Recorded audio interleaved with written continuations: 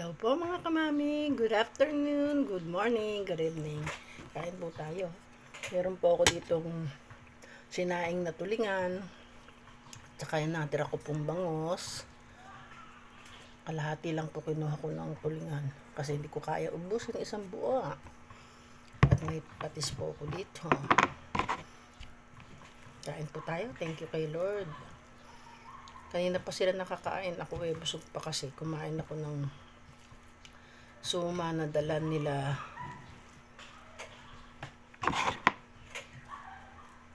Onel galing sa Batangas. Saan tayo?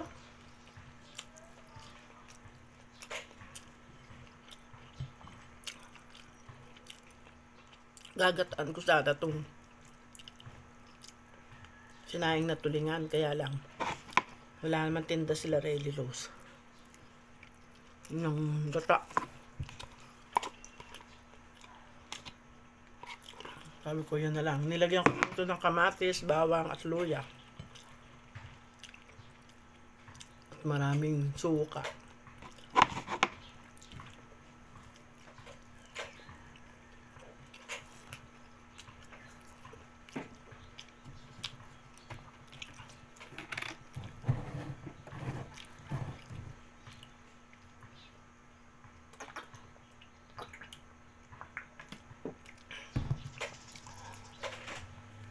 Kumain kasi ako ng mangga kanina.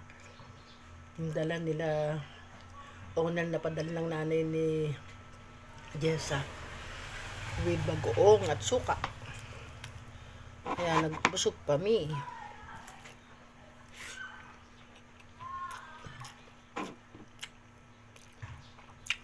Ang yummy, ang sarap.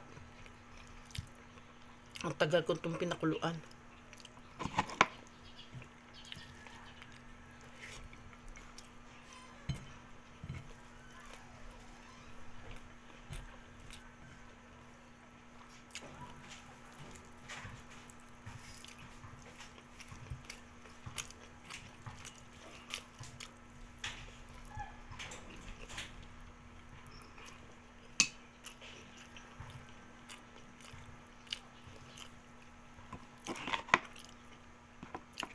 Nakakatawa dito sa amin. Pagka yung ulam inulit, ayaw nilang kumain.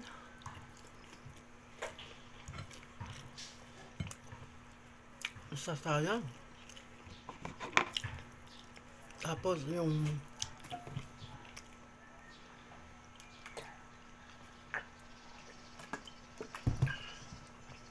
mga apo ko ayaw kumain ng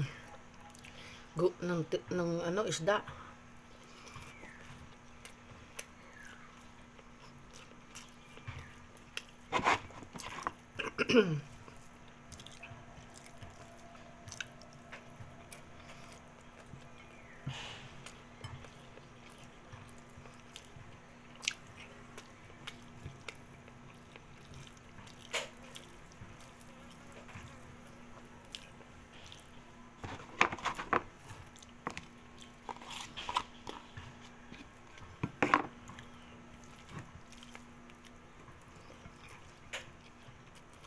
Ito po yung tulingan na nabili ko rin po doon sa Binyan.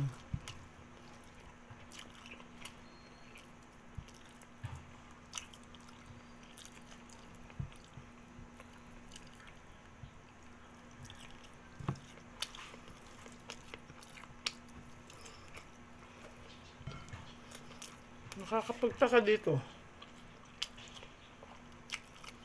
Pag may natitira kaming kanin, nilalagay ko naman sa sa fridge para hindi mapanis. Kasi lagi napapanisan kami. Hindi ko maintindihan pagka isasangag mo na, hindi maganda siyang isangag ang bigas. Ang kanin.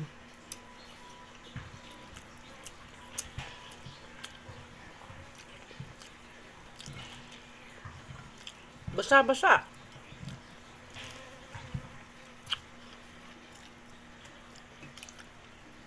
Ang dami ko tuloy napapatapon na kanin. Ang mahal pa naman ng bigas. Ano ba yan?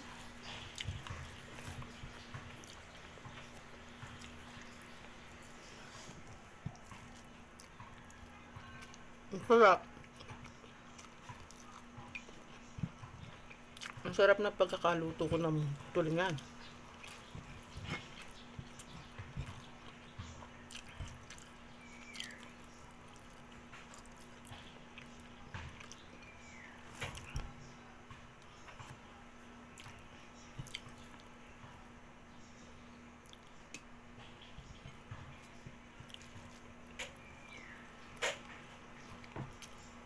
Yun yung nagluto ako kahapon ng gulay, di ba yung may talangka? Dahil may natira pa kaming talangka. Eh hindi naman nakapagkainan ng mga anak ko kasi nga nagsundo sa mga anak ni Oner at ni Jessa doon sa Batangas. Pagdating dito, hindi na rin sila kumain kasi kumain sila sa labas. Ang nangyari po, yung niluto ko, nawalan ng saysay. Ngayon, kami lang ni Relly ang kumain at saka ni Relly ang kumain.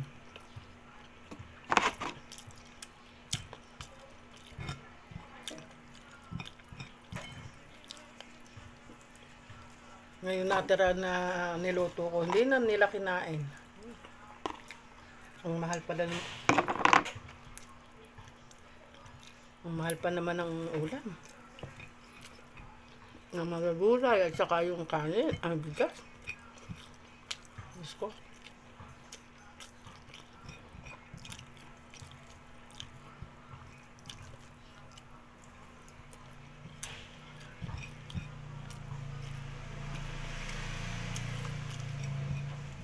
Ang sarap.